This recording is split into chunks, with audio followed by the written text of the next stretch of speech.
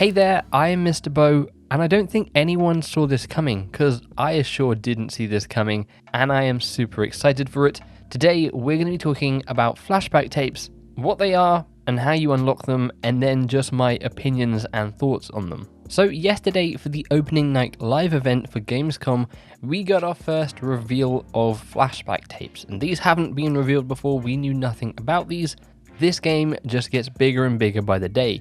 Not only do we have the main campaign levels, which are going to include Neo Cortex levels, Dingo Doll levels, and possibly even more characters, we then have the inverted mode where we can play back through all of those levels in a new and unique way. And on top of that, we now have these flashback levels. So what are flashback levels? Well, they're basically the new version of death roots. Death roots don't seem to be in this game, these are taking their place. They are brand new, hard, challenging puzzle levels that you need to make your way through whilst trying to collect all the crates for some sort of reward at the end. Now, flashback levels will need to be unlocked for you to play them. So how do you unlock them? Well, the same way you would unlock a death root. You need to play a level which has a tape in it, and you need to make sure you get to that tape without dying. You can then pick it up and that will unlock the flashback tape. Whereas if you die, you then won't be able to pick up that tape and you'll need to restart the level from the beginning. And I have a feeling that maybe some of the later levels in the game are going to be pretty hard to try and get through without dying, let alone trying to pick up the flashback tape. But that doesn't look like it's going to be the end of your raging, because these flashback tapes, they look to be on another level, possibly even harder than Stormy Ascent. So let's rewind a bit, see what I did there, and talk about what are flashback levels at its core. Because these take place in 1990, before Crash Bandicoot 1 even took place. There is a story element around these, and it's that Neo Cortex was training Crash and Coco in his lab before we ever saw the events of Crash 1, and these are those training tapes. I think that is a super rad idea. You can see from the gameplay in the background, we have obviously Cortex Lab and his castle. We can also see crates and cages that are very reminiscent of the one that the characters were held in at the beginning of Crash 1. And there's also like a lot of paintings in the background and screens of Dr Neo Cortex. And there's even a screen that shows a character that looks a whole lot like Crunch. So is that our first tease that maybe Crunch is in this game, and in this new timeline, he was made back when Crash and Coco were made? That'll be interesting to see. Whether we get answers in Crash 4 or maybe that's left for some DLC or a sequel, I'm very intrigued. So the premise of these levels sounds awesome, but let's take a look at the actual gameplay you've been seeing on screen. These look stupidly challenging. I think we're going to need to be able to master basically all the different mechanics in Crash 4.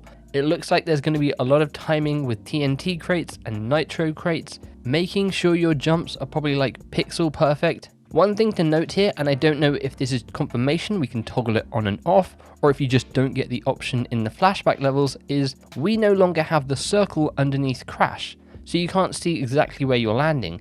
Again, I don't know if that's just a feature in flashback levels, they don't give you that because this is supposed to be hard, or if they've taken the feedback of people not liking it and have given you an option to toggle that on and off, because that circle might actually come in real handy in these levels. Now, because this takes place before Crash 1, we're not going to be seeing any of the new mask abilities in these levels. So instead, they're basically introducing like time crates that are on a timer that you'll need to time up perfectly to be able to get through as not to land on TNT. And I'm sure there's going to be a ton of other surprises as well. Just look at this section of the level, where again you can see Crunch in the background, and you have to time these slides with bouncing iron crates. I really want to play these, but at the same time, I really don't, because I know I'm just going to be raging so hard. Now, one thing we don't know is if these flashback levels are going to be solely for Crash and Coco. Could we possibly see a variation of these flashback levels for Dingo Doll and any other character that we can play in this game? I'm personally leaning on the side of no, but that would be cool to see as maybe future DLC. And I want to know just how many flashback levels there are going to be.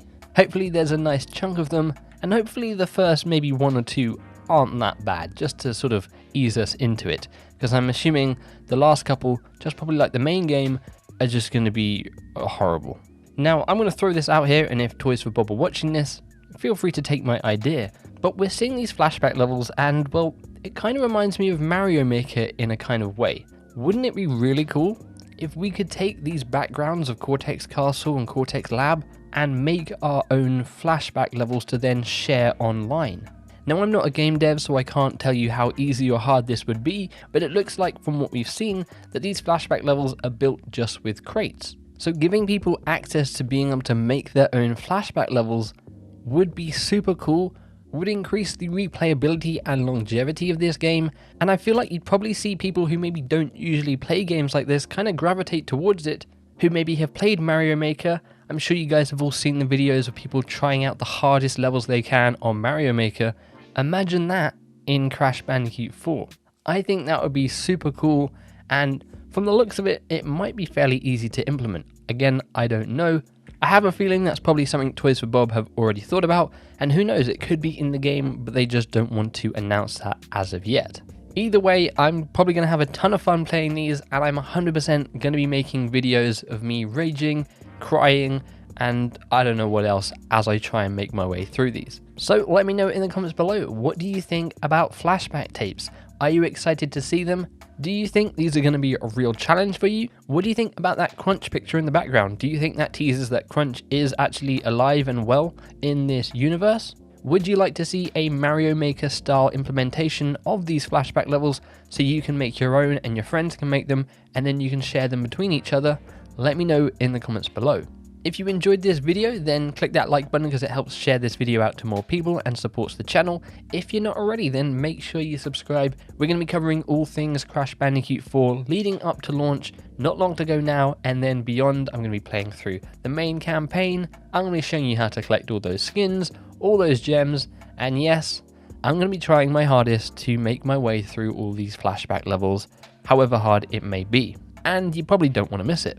You can also follow me over on Twitter and Instagram at I am MisterBo, and you can join our Discord server, a link to that in the description below. We got a nice little old community over there in which we talk about Crash Bandicoot as well as a bunch of other games, so feel free to join that. Apart from all of that though, thank you very much for hanging out with me, I really do appreciate it. Hopefully I will catch you in some of my future content, but until then, as always, make sure you take care.